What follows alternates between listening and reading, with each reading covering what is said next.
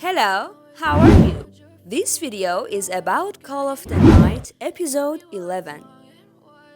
Put your fangs away and start munching on some garlic because your halcyon nights of vampiric vibing are officially over.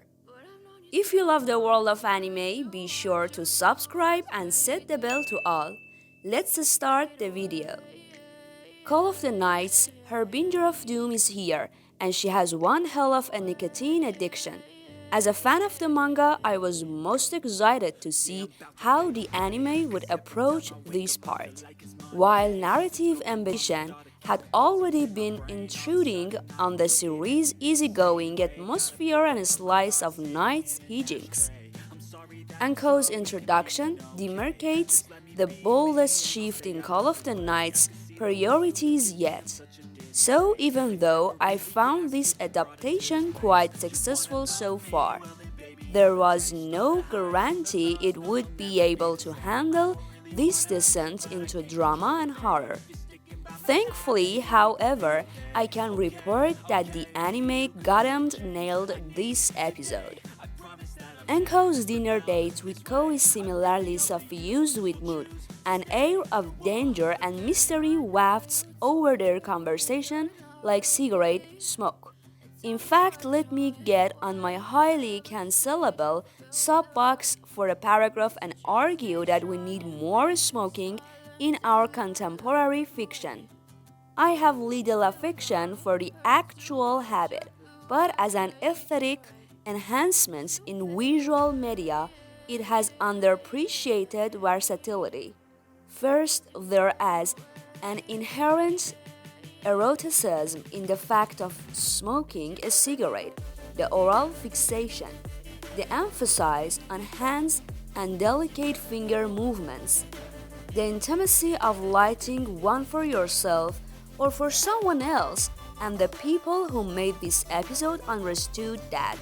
Anko is hot because she's tired and smokes a lot, not in spite of that. Second, smoking is rife with cultural significance and symbolism here. Most obviously, it demarcates the border between the grown-up Anko and the middle schooler Ko.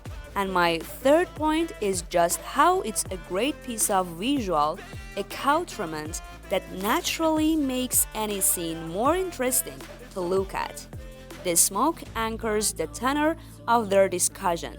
Early on, when it's playful, Anko puffs some smoke rings, but as she starts prying into Ko's behavior, it drifts toward sailing in an uneasy spiral.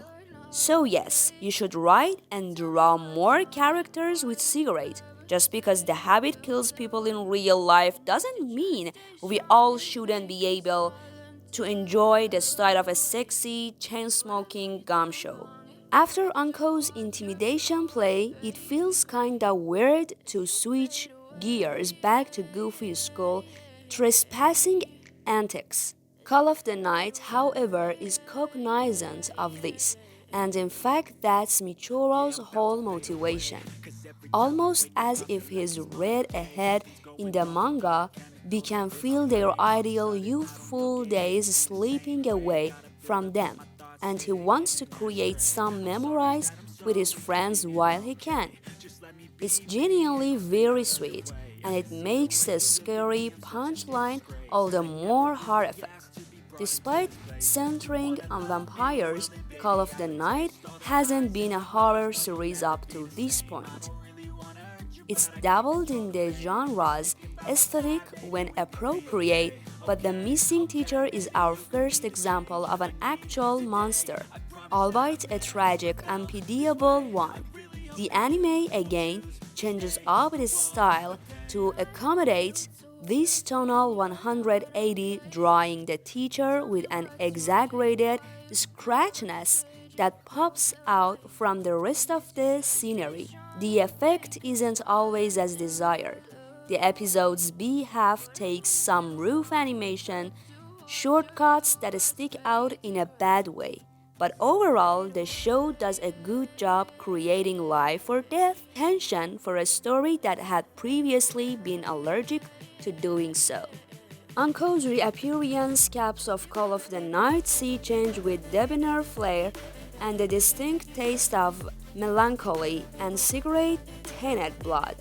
One of the series' strengths is the way its shoe vampire tradition for its own lore that better suits its character and thematic aims. Here it means that instead of a wooden stake, Anko fills her prey with an embarrass and the promise that he can die as a human. The precise mechanics of it are less important than the feelings and images this evokes.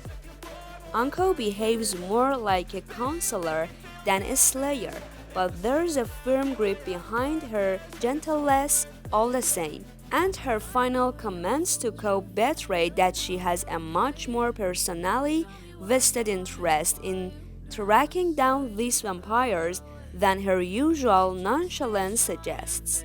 In her sepia-tinged world, blood's crimson sheen stands out all the more. The vampires have finally met their slayer, and this episode leaves the audience thirsting for more details about both parties.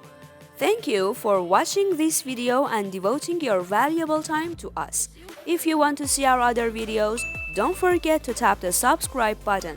Goodbye until another video from AnimeVid.